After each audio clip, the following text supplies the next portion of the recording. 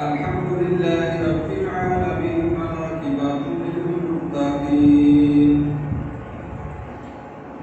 والصلاة والسلام على سيد الأنبياء والمرسلين أما بعد فأعوذ بالله من الشيطان الرجيم بسم الله الرحمن الرحيم قل إن صلاتي ونسكي ومحياي ومماتي لله رب العالمين لا شريك له وبذلك أمرت وأنا أول المسلمين آمنت بالله صدق الله العظيم إن الله وملائكته يصلون على النبي يا أيها الذين آمنوا صلوا عليه وسلموا تسليما محبت کے ساتھ آواز سے سلام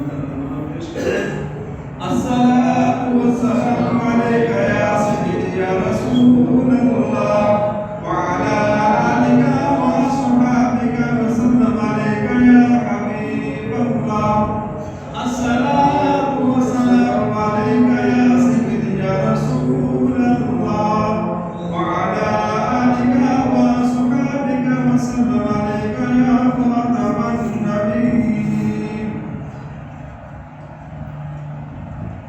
بلغ الهدى بكماله كشف الدجى بجماله حسنت جميع خصاله صلوا عليه وآله بعد حمد و ثنا آقا حضور نبی اکرم پورے مجسم شفیع معظم صلی اللہ علیہ وآلہ وسلم کی پاکیزہ بارگاہ میں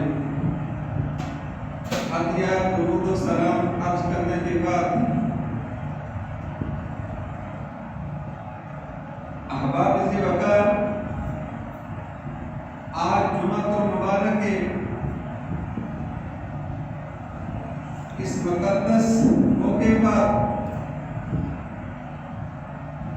آپ کے سامنے قربانی کی فضیلت، اس کی اہمیت اور اس کے مسائل کے حوالے سے چند گزارشات سامعین کے گوش گزار کرنے کی کوشش کروں گا۔ اللہ کی بارگاہ میں دعا ہے کہ اللہ تعالیٰ ہم سب کو سمجھ کی توفیق عطا فرمائے۔ احباب ذی وقار، یہ جو ذی الحج کا مہینہ ہے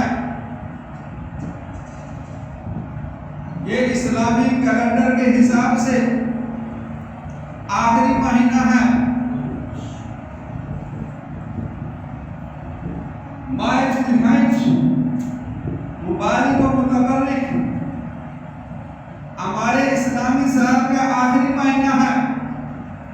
اس مہینہ کی نامی تاریخ کو بڑی شان اور عظمت کے ساتھ تقریب حج ادا کی جاتی ہے اور میدان عرفات میں لاکھوں کی تعداد میں لوگ جمع ہو کر حج ادا کرتے ہیں اور اپنے گناہوں کی مغفرت اور بخشش کا سوال کرتے ہیں۔ اور اس ماہ کی 10ویں تاریخ کو عید قربان بڑے طرز و احتشام کے ساتھ منائی جاتی ہے اور حسب توفیق فی سبیل اللہ قربانی کا جانور ذبح کر کے محبت الہی کا مظاہرہ کیا جاتا ہے۔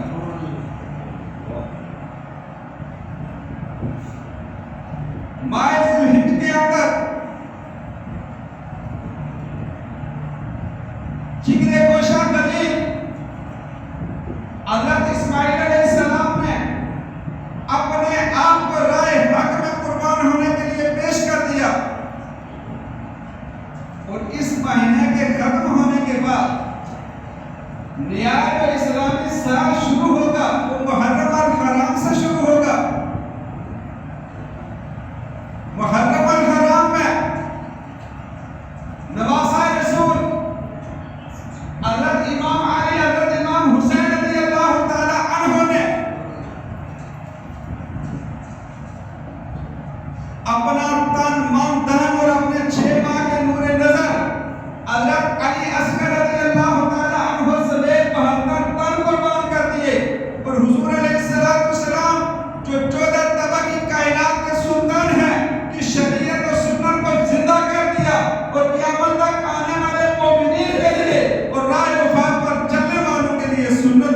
کر دی اور کمال شان عبدیت کے ساتھ پاکائے سمدیت میں سر و سجود ہو کر عرض کیا اے خدائے سمیع بصیر اپنے حسین کی یہ قربانی قبول فرما کر دین مصطفیٰ کو قائم و دائم رکھ۔ گویا اس مقدس سال کی ابتدا بھی قربانی پر اور انتہا بھی قربانی پر ہے، یعنی اس سال کی انتہا ہے وہ ذی الحج کا مہینہ ہے، اس کے اندر حضرت اسماعیل علیہ السلام کی قربانی ہے اور محرم الحرام سے نیا اسلامی سال شروع ہو جاتا ہے، اس کے اندر حضرت امام حسین رضی اللہ تعالیٰ عنہ کی شہادت ہے۔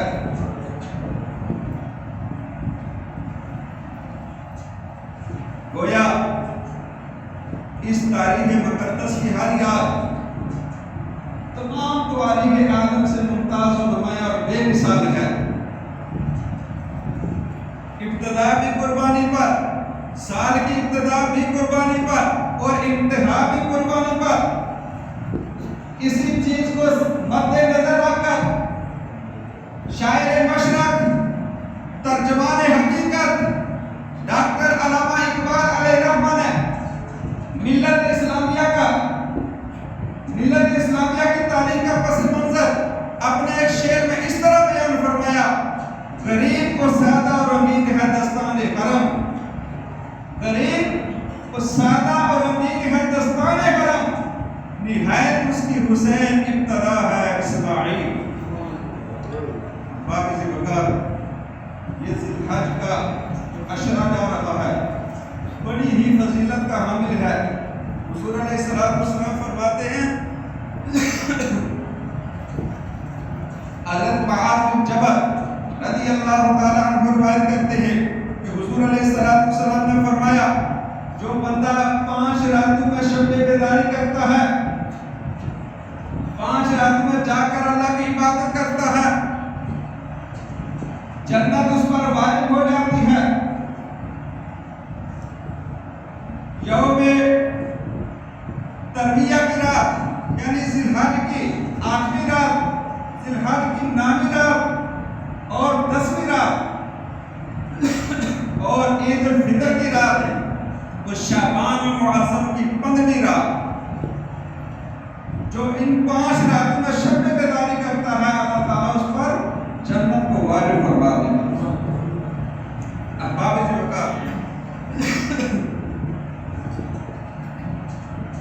الحمدللہ ہم لوگ سنت ابراہیمی رضی اللہ تعالیٰ عنہ کو زندہ کرنے کے لیے اور اپنے نبی آقا حضور نبی اکرم صلی اللہ علیہ وسلم کی سنت کے مطابق اس مہینے کی 10 تاریخ کو اپنی استطاعت کے مطابق قربانیوں کی جانور ذبح کرتے ہیں اور اللہ کی محبت کا مظاہرہ کرتے ہیں۔ قربانی کا لغوی معنی کیا ہے؟ قربانی ہوتی کیا ہے؟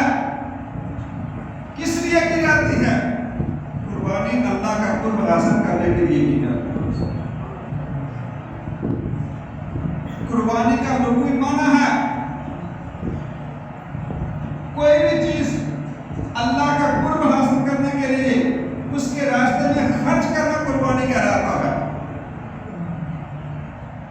اس شرط کے ساتھ کہ اس کے خرچ کرنے کا مقصد صرف اور صرف رضا الہی ہو، اس کے اندر نمود و نمائش نہ ہو، اس کے اندر ریاکاری نہ ہو، دکھلاوا نہ ہو، وہ اپنی عزیز ترین چیز قربان کرتے ہوئے زبان اور دل سے یہ نعرہ نکلے قل ان صلاتی و نسکی و محیای و مماتی للہ رب العالمین لا شریک لہ وبذلک امرت وانا اول المسلمین۔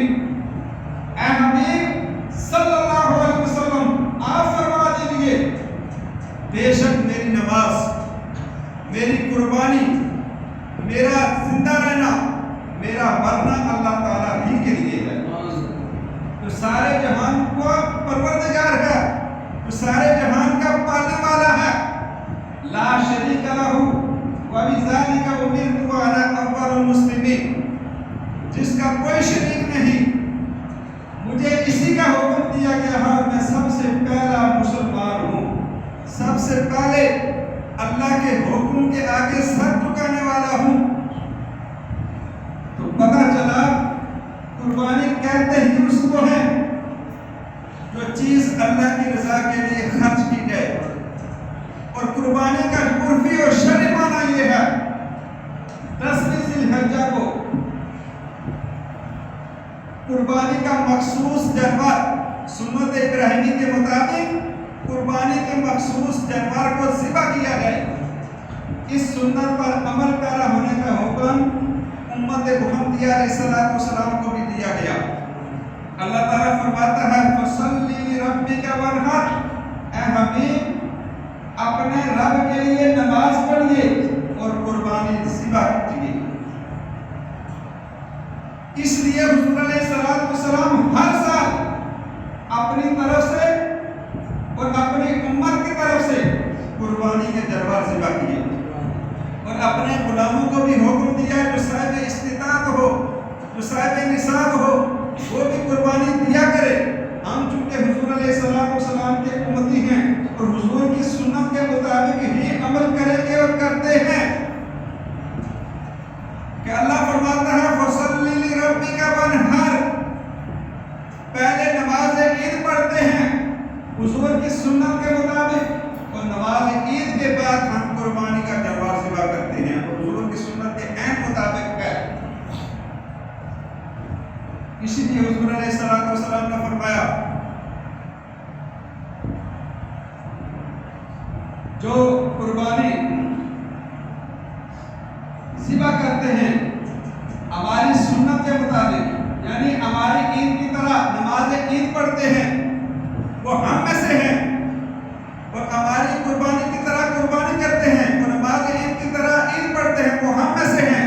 جو نہ ہماری قربانی کی طرح قربانی کرتے ہیں اور نہ ہماری نماز کی طرح نماز عید پڑھتے ہیں، وہ ہم میں سے نہیں۔ تو پتہ چلا ہم حضور کے غلام ہیں اور حضور کی سنت کے مطابق ہی عمل کرتے ہیں۔ قربانیوں کے بارے میں حضرت زید بن ارقم رضی اللہ تعالیٰ عنہ اس روایت کے راوی ہیں۔ آپ علیہ السلام آپ نے فرمایا کہ حضور علیہ السلام نے فرمایا، صحابہ نے حضور علیہ السلام سے عرض کیا یا رسول اللہ ان قربانیوں کی حقیقت کیا ہے؟ حضور نے فرمایا یہ تمہارے باپ حضرت ابراہیم علیہ السلام کی سنت ہے۔ عرض کی ان کے بدلے ہمیں کیا اجر و ثواب ملے گا؟ ان کے بدلے ہمیں کیا ملے گا؟ حضور نے فرمایا ہر بال کے بدلے ایک حسنہ ہے، اور حسنہ سے مراد 10 نیکیاں ہیں، یعنی جو بندہ قربانی ذبح کرتا ہے اس کے جسم پر جتنے بھی بال ہوتے ہیں اور ہر بال کے بدلے میں اللہ تعالیٰ اس کو 10 نیکیاں عطا فرماتا ہے۔ صحابہ نے عرض کیا رسول اللہ اس کی اون کا کیا حکم ہے؟ فرمایا اون کے ہر بال کے بدلے بھی 10 نیکیاں عطا کی جاتی ہیں۔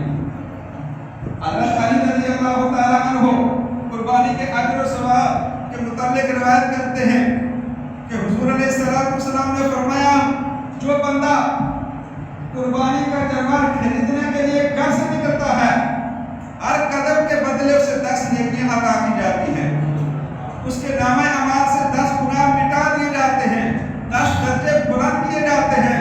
جب وہ جانور کو خریدنے کے لیے اس کے مالک سے باس و مباحثہ کرتا ہے، بات چیت کرتا ہے، اس کی گفتگو کو اللہ تعالیٰ اپنی تصدیق قرار دیتا ہے۔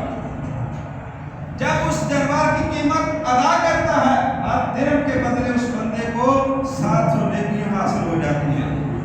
جب اس جانور کو ذبح کرنے کے لیے زمین پر لٹاتا ہے، سطح زمین سے لے کر 7ویں آسمان تک تمام مخلوق اس کے لیے مغفرت طلب کرتی ہے، اور جب اس کا خون زمین پر گرتا ہے اور خون کے ہر قطرے کے بدلے میں اللہ تعالیٰ 10 فرشتے پیدا فرماتا ہے جو قیامت تک قربانی کرنے والے کے لیے اللہ کی بارگاہ سے مغفرت طلب کرتے رہتے ہیں۔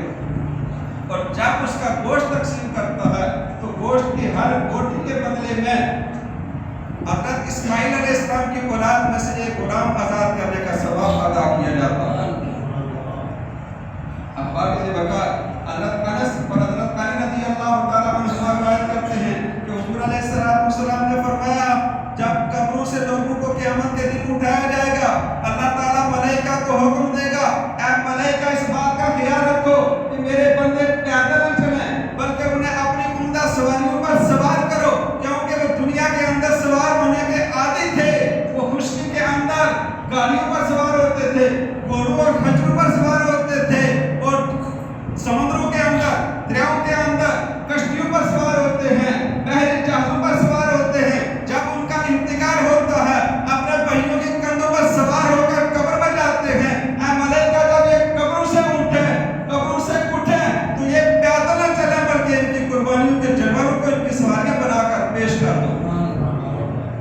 لیے حضور علیہ السلام نے فرمایا اپنی قربانی کے جانوروں کو عظیم بناؤ کہ ان کے پل صراط سے گزرتے ہوئے یہی تمہاری سواری ہوگی۔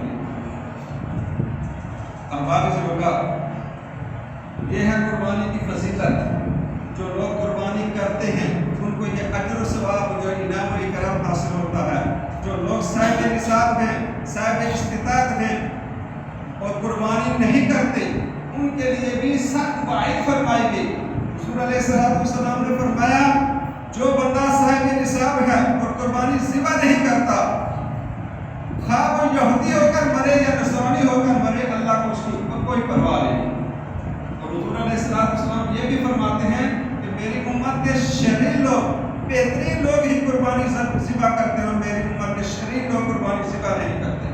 اور قربانی ان اعمال میں سے ہے جو عذاب سے نجات دینے والے ہیں۔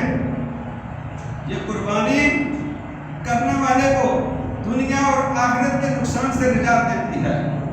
حضرت حسن ابن علی رضی اللہ تعالی عنہ روایت کرتے ہیں جو بندہ خوش دلی کے ساتھ قربانی کا جانور ذبح کرتا ہے، اللہ کا قرب حاصل کرنے کے لیے خوش دلی کے ساتھ ثواب کا طالب ہو کر قربانی ذبح کرتا ہے، تو وہ قربانی قیامت کے دن اس کے لیے آتش جہنم کے سامنے پردہ ہوگی، حجاب ہوگی۔ پتہ چلا جو لوگ قربانی کرتے ہیں ان کو اللہ تعالیٰ کتنا اجر و ثواب عطا فرماتا ہے، اور جو نہیں کرتے ان کے لیے کتنی سخت وعید فرمائے گی۔ اس لیے اللہ کی بارگاہ میں دعا ہے کہ اللہ تعالیٰ ہمیں جو صاحب نصاب ہیں، صاحب استطاعت ہیں، ان کو سنت ابراہیمی کو زندہ کرنے کے لیے قربانی ذبح کرنے کی توفیق عطا فرمائے۔ اور قربانی کے حوالے سے ایک دو باتیں، جب ہم قربانی کا جانور جو ذبح کرتے ہیں، جو قربانی اللہ کی راہ میں پیش کرتے ہیں، اس کی ہر چیز صدقہ کر دینی چاہیے۔ یعنی اس کا چمڑا ہے، اس کی سری ہے، اس کی پائے ہیں، اس کی کھال ہے، اگر وہ دودھ والا ہے اس کا دودھ دو کر وہ بھی صدقہ کر دیں۔ اگر کوئی بندہ قربانی کا گوشت کسی کو اجرت کے طور پر دیتا ہے تو یہ اس کے لیے جائز نہیں ہے۔ مثال کے طور پر آپ کے محلے میں یہ رواج ہے کہ قربانی کا جانور ذبح کر کے اس کا گوشت تقسیم کرنے کے لیے کسی بندے کے حوالے کرتے ہیں۔ اگر اس کو یہ کہیں کہ تجھے قربانی کے جانور کے سری پائے آپ کو دے دیں گے، چمڑا دے دیں گے، گوشت تقسیم کر دیں، تو یہ اس کے لیے جائز نہیں۔ اس کی الگ خدمت کر دیں، لیکن قربانی کے جانور سے بطور اجرت نہ کسی کسائی کو آپ گوشت دے سکتے ہو اور نہ گوشت تقسیم کرنے والے کو کوئی چیز دے سکتے ہو۔ وقت اپنے دامن میں نہیں رکھتا، نماز جمعہ کا وقت ہے۔ انشاءاللہ قربانی کے مسائل کے حوالے سے عید کے دن بھی چند باتیں آپ سے شیئر کی جائیں گی۔ تو ہم جو نماز عید کا ٹائم ہم نے سلیکٹ کیا ہے وہ آپ کی مرکزی عیدگاہ کلیان گنج میں انشاءاللہ نماز عید الاضحیٰ پورے 7 بجے ادا کی جائے گی۔ اللہ کی بارگاہ میں دعا ہے کہ اللہ تعالیٰ ہم سب کو عمل کی توفیق عطا فرمائے۔